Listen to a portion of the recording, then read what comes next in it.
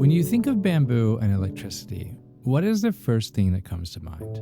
Kind of an odd pair, as most of us aren't really looking around the house and asking ourselves, I wonder what would happen if I combined a head of cauliflower with watercolors.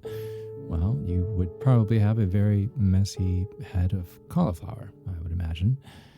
But light. Yeah. Walk into any modern day home or office, and with the ease of a switch, there is light. Instantly, mindlessly even. The light in our houses and office today, it came from a brilliant idea that's been around for more than 150 years. So there used to be a guy, his name was Humphrey Davy, and he was a chemist and an inventor that studied electricity in the early 19th century.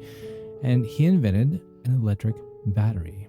So without him, we would never be able to charge our phones with one of those little portable things. But after long hours, and I'm sure many cookies later, and along with some deep thought tinkering, Mr. Davy, he eventually developed a light that he could see in the dark. He learned that when he connected wires from his battery to a piece of carbon, it gave off light. The electric arc lamp, as he called it. Kind of hard to say, but it was an invention that would open the door and change in the world in every possible way.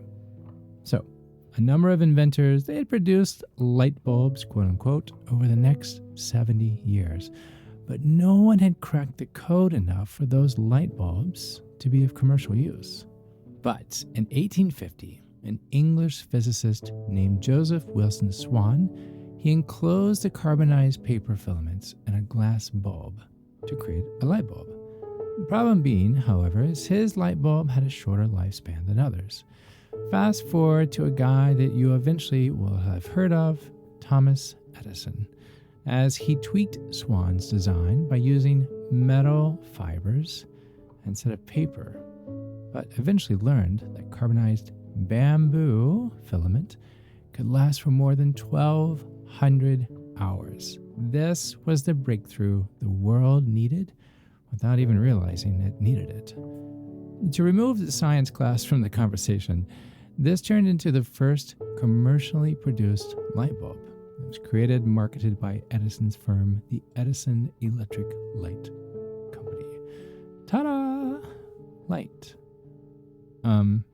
Chad, I think the summer break has rewired your brain. I came here for guidance, for help with what I'm carrying right now, and you're talking about setting bamboo on fire? Perhaps you've had a little too much time in the sun this summer? Maybe? No. Thank you, though. I appreciate the concern. Actually, what I'm wanting to share with you is how something we use every day, without even thinking about it, is life-changing. And, interestingly enough, this has nothing to do with flipping a switch when you walk into a room. I'm talking about your breath. Settle down and comfy up, and let's shed some light on this story. Sorry, I couldn't resist. You'll come to learn that you carry around a switch that can help turn a moment of dark anxiety into a season of peace. I'm Chad Lawson, and let's calm it down in 3, 2, 1. Just a quick side note. I realize this is summer hiatus, and this is kind of a bonus episode to get us through to September. But I just want to say thank you. I've had so many of you reach out and say, hey, are you okay? We miss you. We can't wait to hear from you again. Thank you. I've missed you too very much. So thank you. Now, back to the program. P.S. We will be back to our routine in September. Now, there's something oddly satisfying about flipping a light switch, right? I mean, even the sound of a light switch being flipped it's a wonderful ASMR. But the sudden change from darkness to light, sometimes it can be jarring, but in a good way. It's like taking a deep breath after holding it in for too long. And just like that, the anxiety and tension, it starts to dissipate as you feel so relieved to feel your lungs move again. If you would, close your eyes for a moment. Unless you're driving or surgically operating on someone, don't close your eyes. In your mind, though, picture a light switch. Its ease of use, its ability to illuminate a dark room with the simplest of efforts. In your mind, I want you to imagine that you're standing just before a dark room, like you're in the doorway. Now, let's make it a room that you're familiar with. Maybe your kitchen, or your living room, or perhaps your bedroom, someplace that you know, someplace that's familiar. Now, the room isn't pitch black, it's dark, say around 7 o'clock, maybe 8 o'clock in the evening, and you can see the outline of the couch, or the dining table, or even the bed, but most of what you see, they're hints of objects. Take a moment and just kind of get that in your mind. Now, in your mind, flip the light switch. As the room is illuminated, you're able to see it clearly, to distinguish without question where you are, and that had you walked into the room, you may have accidentally stepped on a sleeping pet, or perhaps some of the kids' toys, or worst yet, stepped on some Lego pieces barefoot. Oh, we've all been there. Now, slowly blink your eyes open as you return to your present space. All is well. All is well. Now, yes, this light switch, it is a metaphor. Just as a light switch will disperse darkness, an intentional breath can aid in doing just that with anxiety. Your breath is like a light switch. Remember earlier the process of Edison using electricity to heat bamboo, which eventually led it to lighting? I'm oversimplifying the process here. Bamboo and electricity was always accessible, always present, and they were the tools that he needed. He just never thought to put them together. Do you hear what I'm saying? He had the tools, the elements, no pun, but he hadn't learned how to engage them. You have a tool with you at all times that can help ease the nerves. It's just a matter of engaging this tool. When we're feeling anxious or stressed, our breathing quickens and it becomes more shallow. This only exacerbates the feeling of anxiety, creating this vicious cycle. But by simply slowing down our breathing and taking deeper breaths, we can begin to calm ourselves down. It's like flipping a switch. When we breathe deeply, our body automatically begins to relax. I'd like to show you how to engage your breathing by showing you 2 simple breathing techniques. And this is something you can literally take everywhere with you and use at any time. I have chills in my arms right now talking about this because it's so incredible. And I want you to listen and understand how this works. The very first one I want to show you is a breathing exercise called 4-7-8. Again, that's the number 4, the number 7, and the number 8. You may have heard of this. So this breathing method is super simple, yet super effective in reducing stress and helping you relax. It involves breathing in for 4 seconds, holding the breath for 7 seconds, and then exhaling for 8 seconds. I'll say that again. Breathing in for 4, holding that for 7, and slowly exhaling for 8. Okay? Here's how you do it. If you would sit or lie down in a comfortable position, place one hand on your stomach and the other on your chest. Now, breathe in slowly through your nose for a count of 4. I'll walk you through it. Here we go. 4, 3, 2, 1. Hold your breath. 7, 6, 5, 4, 3, 2, 1. Slowly exhale through your mouth. 8, 7, 6, 5, 4, 3, 2, 1. 4, 7, 8. Normally I would suggest this cycle for about 4 to 5 times. By then, your body is learning, it's engaging, that it needs to wind down to kind of hit the brakes, if you will, and find some calm. So again, 4, 7, 8. Now the other is a technique called box breathing. This breathing method is often used by Navy SEALs. Yes, you heard that. Navy SEALs, probably one of the most stressful jobs in the world, and they're teaching these people how to breathe, how to remain calm in high stress situations. Of all the tools that they have at their disposal, the one that is the most important is breathing. That's incredible that they recognize this. Now, box breathing, or also known as balance breathing, it involves breathing in for 4 seconds, holding the breath for 4 seconds, and exhaling the 4 seconds, and then holding that. So if you would imagine just a square box in your mind. And so one side is breathing in, one side is holding, one side is exhaling, one side is holding.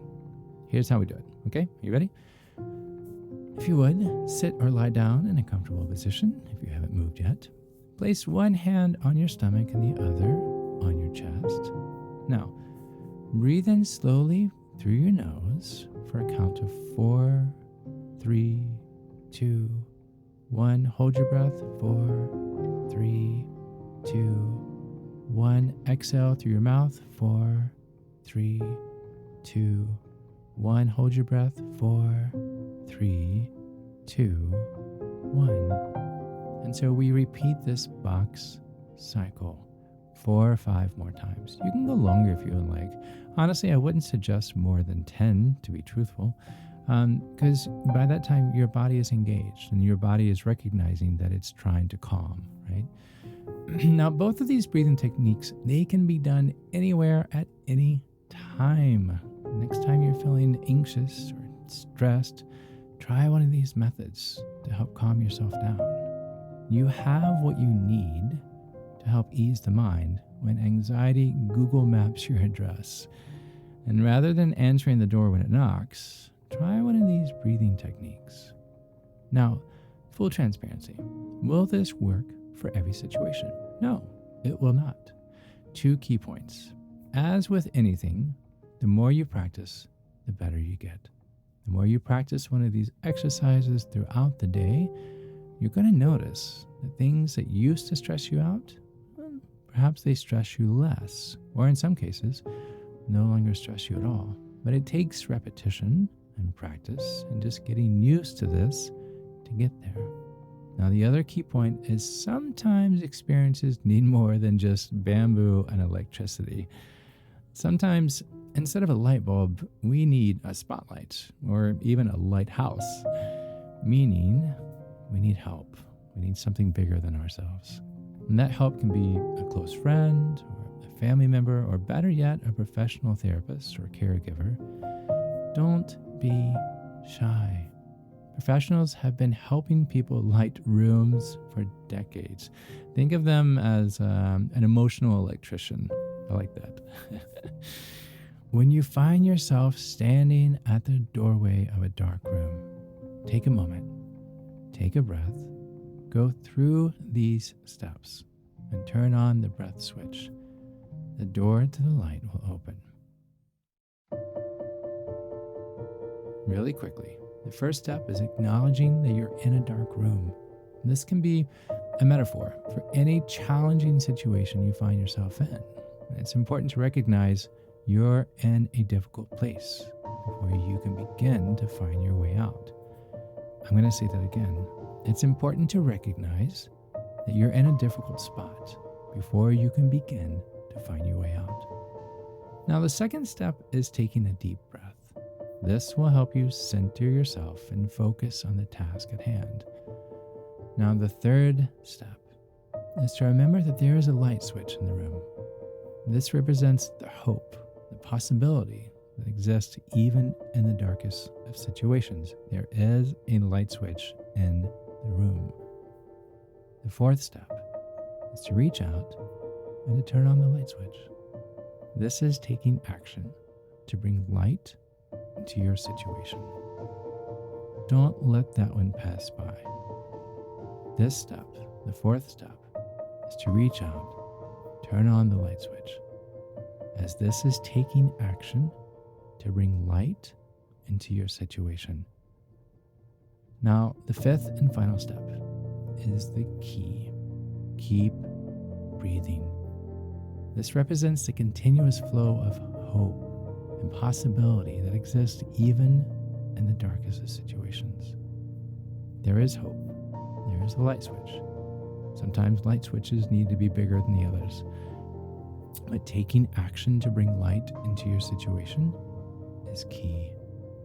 So the next time you find yourself in a dark room, take a moment, take a breath, go through the steps, and turn on this light switch of breathing. The door to the light will open as you begin to walk into a room of peace.